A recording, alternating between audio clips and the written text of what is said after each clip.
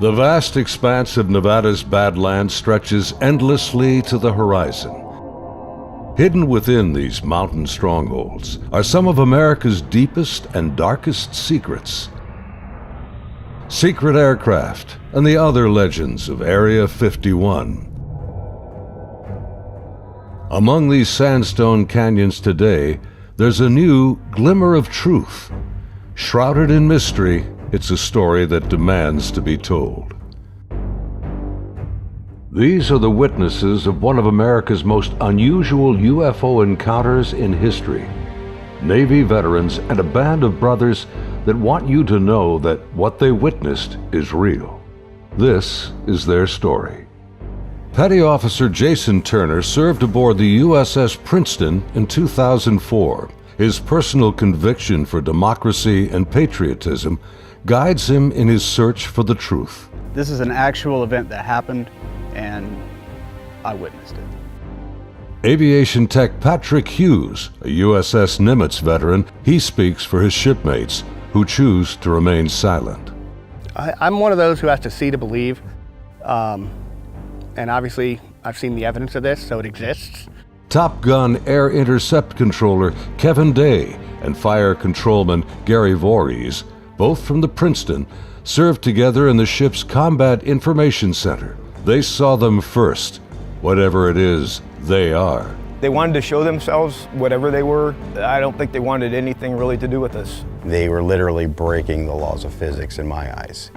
These sailors are here for truth and vindication, and their story goes back over a decade to a time and place that marked a departure for all of them, both in their Navy careers, but also in their knowledge of the limits of man's technological understanding of our world.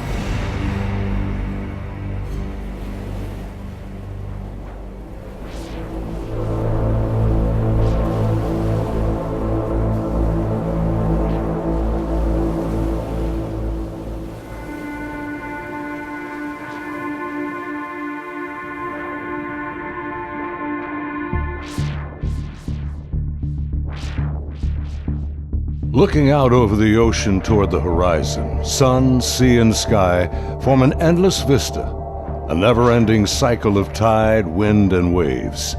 Here, far from shore, strange events have unfolded. These stories stretch the boundaries of our imagination and challenge our beliefs. This is a true story of such events from the accounts of the sailors and naval aviators who experienced them. Professional military service members who want the world to know that what they encountered is real. Even more troubling, our military has no explanation. The answers seem to elude everyone, like reflections on the waves, yet they are out there.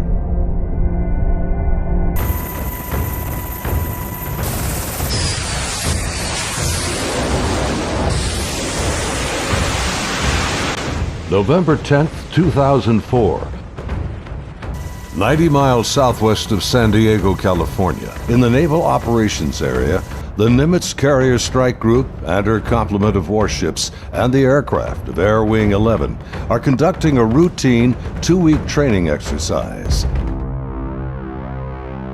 Nearby, the guided missile cruiser USS Princeton has been tracking unknown aircraft that appear and disappear from her sophisticated Aegis radar screens. The Spy 1 Bravo radar is one of the most advanced sensors ever deployed. Princeton's main role is air defense of the strike group, and Operations Specialist Senior Chief Day is in charge of protecting the airspace around the Nimitz. And my job was to man the radars and ID everything that flew in the skies. And I also sat a position called Anti-Air Warfare Coordinator, where if we ever had to go to war, I was the guy that was going to launch the missiles and kill shit. In addition to that, I was the Air Intercept Controller. When the Super Hornets take off the carrier, I'm the guy that takes control and takes them to the fight and gets them home safe. And there was a lot of experience in that room. The captain had 28 years, I had 18 years. And the Aegis ship is our newest weapons system afloat. It's got the Spy 1 radar system, phased array radar system, and I was an expert on that. Inside the Combat Information Center, Chief Day's attention is focused on a group of unknown aircraft on the Spy 1 screen. He's trying to identify them. I was on watch, and we were probably 100 miles, I forget how far exactly that day we were, off the coast of San Diego southwest, kind of off the coast of Mexico, Baja. And I started to notice these weird tracks that were popping onto my radar coverage right about San Clemente Island. And the reason why I say they were weird, because they were appearing in groups of 5 to 10 at a time, and they were pretty closely spaced to each other, and they were 28,000 feet going 100 knots tracking south. And in the back of my mind, I'm thinking, you know, that's kind of odd. I mean, I don't know anything that flies like that. They weren't on the comm air routes, the commercial airline routes. I wasn't really that concerned about them. I didn't consider them hostile for any reason at all. Another watch or two, as I'm watching, the same formation appeared again. And over the course of 3-4 days, it probably counted up to that point, groups of 5 to 10 at a time. There were probably 50, 60 tracks by then. Today, Kevin and Gary are still looking for answers. They've known each other for over a decade since their Navy days. Gary was a third-class petty officer and fire controlman back then. I worked on the Aegis computer system on a CG-59 guided missile cruiser, the USS Princeton. I'm in charge of CEC and data recording and maintaining and operating all the mainframes that run the system. They're both becoming increasingly frustrated in their attempts to ID the strange aerial objects, which have no transponders and fit no known flight profiles. The guys that work on the Spy 1 Bravo radar, they had come across and said they needed to take the system down for recalibration because they were getting clutter or ghost tracks, and they needed to recalibrate to get rid of them. Then once they did finish all that recalibration, bring it back up, the tracks didn't disappear. They were still there, but they were actually sharper and clearer. They were doing diagnostic tests on everything we had to make sure it was not a system malfunction. And it turned out that it wasn't. These were actually real objects. I had the highest spy track quality possible on these contacts. In this situation, I actually started recording on all 4 tapes at the same time. That way, it was a one continuous loop, and I was just replacing them as they were, becoming full. We failed utterly to identify these things. It didn't meet any of the parameters for anything that was known. In some cases, they seem to descend from space and then suddenly plunge to near sea level in seconds.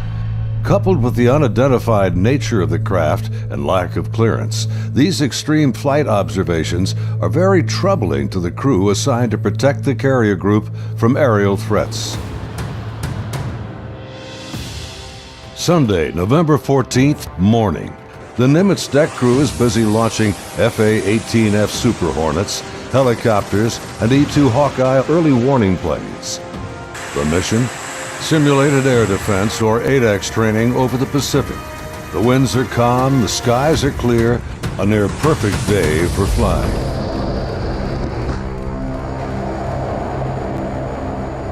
As they launch, the Black Aces squadron has no knowledge of events happening nearby.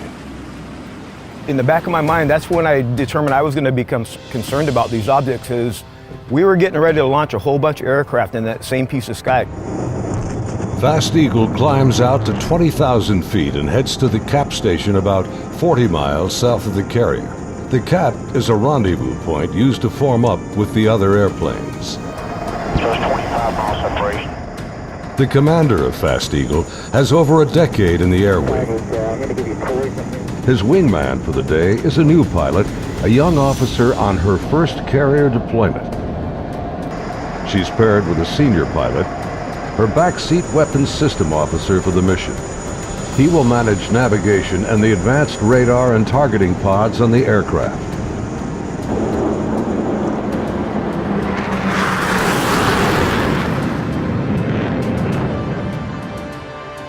Overhead, an E-2 Hawkeye from the Wallbanger Squadron is on station directing the aircraft. Banger provides eye-in-the-sky command and control during carrier flight operations. Back in the Combat Information Center on Princeton, the mysterious objects are back. And today is the first time Senior Chief Day has jets in the air that can intercept the mysterious aircraft. Seeing these contacts, Captain Smith orders me to intercept one of them. So I went back to the console. I picked the closest one that was to us, and I had intended to let the Hawkeye do the intercept because they already had control. It was just easier. Day briefs the captain, and they agree to send the Hornets. The air intercept controller aboard Princeton, call sign Charlie, radios the Hawkeye and takes control of Fast Eagle. Banger, Charlie. Charlie, this is Banger, good. Banger, Charlie. Do you hold unknown air contact, bra, 27048, 28,000 feet, bogey. Charlie, Banger, negative. Radar picture is clean. The E-2 radar operators have been frustrated in their attempts to get a radar return on the unknown aerial target that Princeton is tracking. Even with their 24-foot radar dish, they can't get a lock on the object. Banger, Charlie. Transfer Fast Eagle flight to Charlie Control, button 13. We have a real-world tasking for them. Charlie, Banger, roger. Fast Eagle, Charlie, stand by for real-world tasking. Charlie, Fast Eagle, send it. We vector towards that position in the sky, and real quiet on the radio. I'm just giving them bra calls, which is bearing range altitude, to these unknown bogey group. And basically I'm just telling their crew where the object is, the bearing from them, and the range from them, and the altitude so they can drive towards it. Contact bra 27041, 20,000 feet, bogey, snap, 270, over. Roger, bearing 270, 41 miles. 100, go trail. 100. Say state. State 12,000 pounds. Clean, do you have it? I'm trying to get a track on it now. They sent link 16, but my radar picture is clean. The next radio call takes everyone by surprise. Fast Eagle 110, say loadout. 110, what's your weapons loadout? Yeah, the tactical action officer, the TAO, jumps on the radio. Her name was Lieutenant Elders, and she just point blank asked the Fast Eagle flight if they were carrying any type of weapons. And there was a stunned pause on the radio. Wings clean, Princeton. We just have CADAM training missiles, and they're not coming off the rail. We're in an exercise environment, and the last thing we wanted to do is start shooting stuff. Now the controllers have the pilot's undivided attention. Normally, the squadron doesn't carry live ordnance when training. What do you guys think that was about? What, about the loadout? I have no idea. Maybe it's drug runners or something. Yeah, it could be. Or a lost Cessna out of SoCal. I don't like this. Fast Eagle, Charlie, contact bra 16034, 8,000 feet, bogey.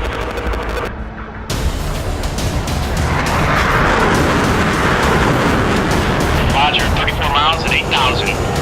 Committed, your call, continuing. As Fast Eagle approaches the target, they see nothing unusual. Their onboard radars can't get a lock on the object. Fast Eagle, Charlie, bra 16010, 8,000 feet. Roger.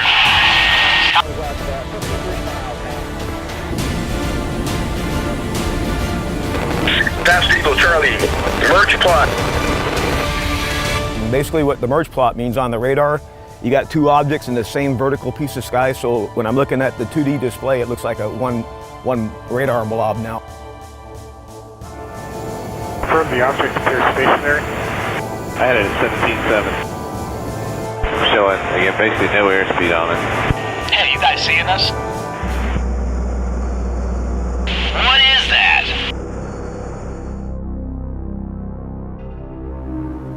As the Super Hornets approach the target, they see a disturbance on the ocean surface. It's about the size of a 737, and it looks like something could be just below the surface. 100, anchor here, Angels 24. Roger. observing something in the water here, possibly aircraft in the water at the merge plot, just north of our position, about 2 miles. Charlie, roger. I'm descending to Angels 14 to take a look. Do you think that's our unknown? Man, not sure. Radar's clean. As soon as he got to the merge plot position, the object that he was intercepting dropped from 28,000 feet down to 50 feet above the water in 0.78 seconds, as I found out later the next day.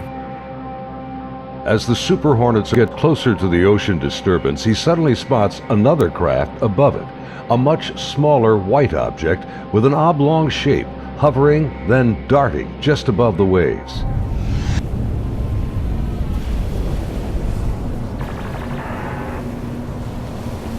The object is moving around erratically, seemingly focused on the white water. The shape is similar to a tic-tac. It's smooth like porcelain. It's not an airplane.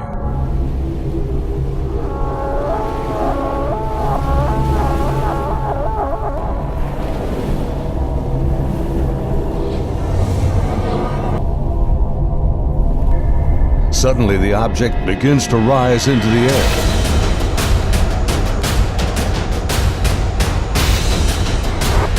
It's coming up. 2 miles. The strange craft begins mirroring the turn rate of Fast Eagle. Tell me 1 Gate, 287, 2 miles, Angels 5. The object is now at his 3 o'clock position as he continues to turn with it. He's turning hard at 3,000 meters. We had the external communications in the speaker in combat so everyone could listen to it.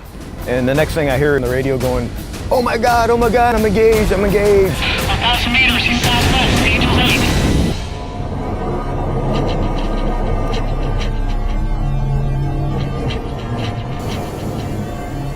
The commander is now about a mile away as he maneuvers his Hornet to get behind the unknown craft. It's about the size of an F-18, about 47 feet long, and it has no wings. As the dogfight unfolds, he quickly turns and dives to bring his jet's nose ahead of the object to close the distance.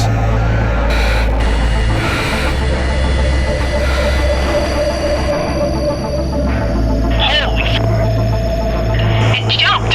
1,000 meters, he's...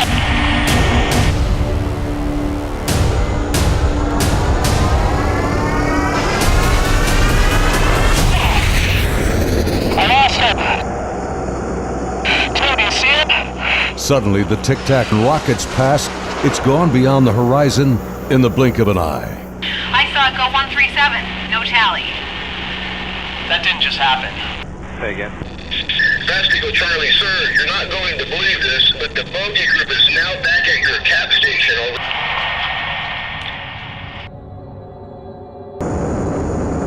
Over. As Fast Eagle returns to the area of the ocean disturbance, the object is gone, and the sea is once again calm. Soon, they land on the ship.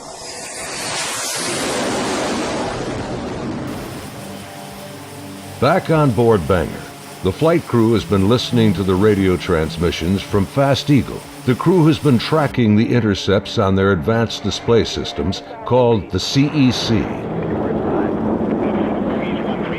One of the radar operators, who wishes to remain anonymous, describes hearing the fear in the pilots' voices, and he knows this is no drill. I had a good friend who flew on the Hawkeyes. We've been calling him Roger to protect his identity because he didn't want to come forward at this time, but he wanted to contribute to the story to verify that it actually happened. So there were 5 people in the airplane. Roger would have been sitting in the radar officer seat, which is towards the back middle of the plane. To the side of each one of them or behind them, depending how the chair's rotating, is a window. Suddenly, his attention is drawn to something outside the Hawkeye. He and the entire crew watch in disbelief as a tic-tac object suddenly forms up on their E2 and then just as quickly shoots away from sight. The crew is left in disbelief.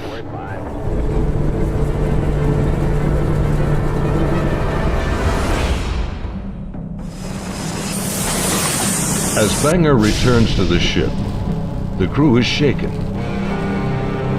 The highly unusual events are troubling, but what happens next has haunted them to this day. U.S. Navy officers quickly arrive and escort the aircrew to a secure space on the ship. As the crewmen begin to take off their flight gear, an officer begins the debriefing by telling them this event did not happen, and they are given non-disclosure agreements to sign. They are warned to never discuss this event again. Again, we're preparing for the air defense exercise. Now we got all the squadrons launching off the carrier because they're all up going to do their functional check flights. Senior Chief Day watched in disbelief as the Tic Tac UFOs reacted to the incoming fighter jets. All the objects in the sky, they all dropped out of the sky from 28,000 feet down to 50 feet. Based on the Spy 1 Bravo radar system, the object descended at over 24,000 miles an hour. It was unbelievable because normally what would happen if a normal aircraft did that? First of all, it would fly apart. It wouldn't be able to withstand the G-forces, and there would be multiple sonic booms. It would be boom, boom, boom, boom, boom, boom, boom, boom, boom, and this did not make any sonic booms. From what I observed, I saw that it went from, right around between 25 and 30,000 feet down to sea level and below sea level. Contact, tag number 042. Below sea level was confirmed to me by the actual sonar techs that were in combat, in communications with other techs that had said they had an active track on it under the water.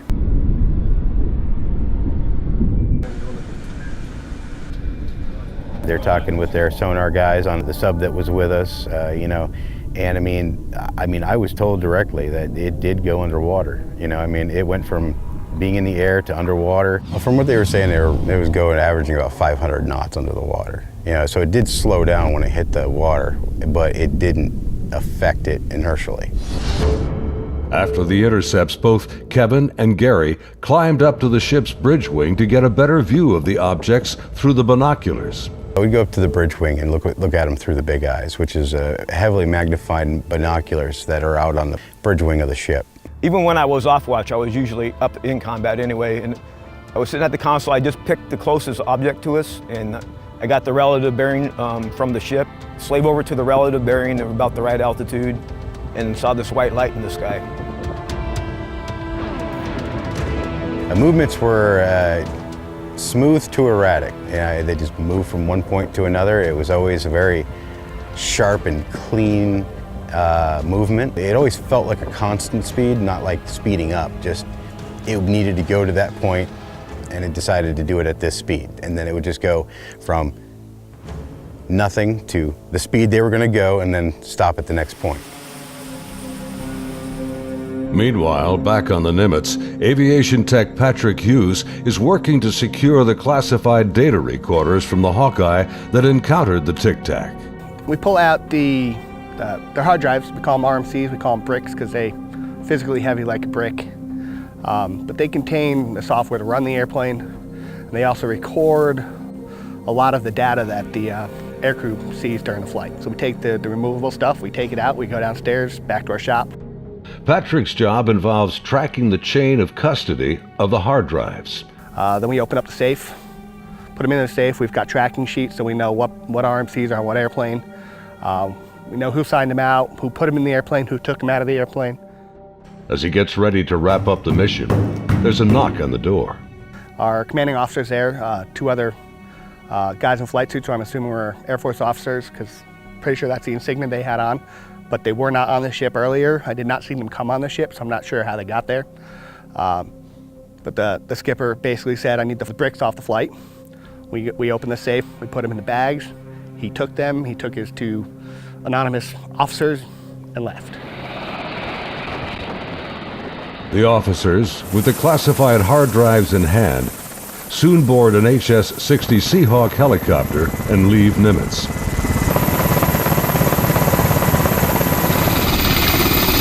Soon thereafter, Petty Officer Voorhees has his own visit by unknown officials on the Princeton.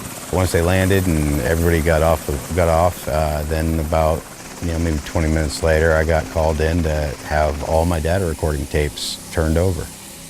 And then also told that I needed to reload CEC because it had been wiped. So it was, so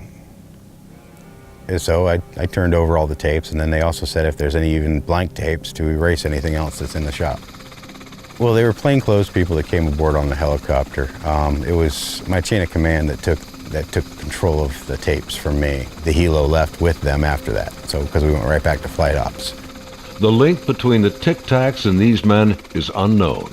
How they became aware of the UFO encounters and how they arrived so quickly on board after the event is also a mystery.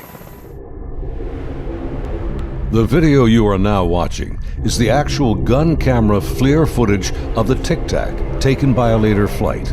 This is the first video ever released by the U.S. government showing military planes engaging UFOs. The advanced targeting pod, known as ATFLIR, works in both TV mode and infrared mode. The film reveals no control surfaces, no exhaust plume, a uniform heat signature, and no visible means of propulsion. Gary and his shipmates saw the FLIR film on their consoles and on the secret LAN aboard the Princeton. It was a much clearer video. You could see the shape of the ship. You could see it, moving. I tried to go and get a disc to come make a copy of it, and by the time I got back, it was already off of our hard drive, off the secret LAN. No access to it whatsoever. Petty Officer Jason Turner also saw a much higher resolution version of the FLIR film showing strange appendages extending from the object. But it did have some protruding at the bottom of it. I couldn't tell if they were curled back or straight down.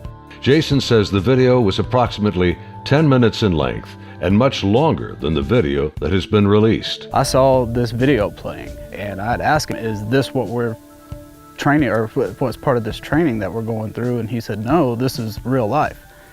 And when I saw it, it was a very clear image, a very clear video, and this thing was going berserk, like making turns, like,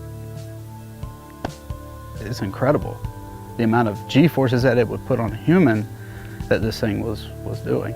The jets were like trying to trail this thing, and it would just run off and leave them. It would just poof, gone, and then it would come back, and then you would see it, and then it made a maneuver, like they were chasing it straight on. It was going with them. This thing stopped, turned, and just phew, gone. That's the only way to describe what it looked like. Dude, this is a fucking drone, bro.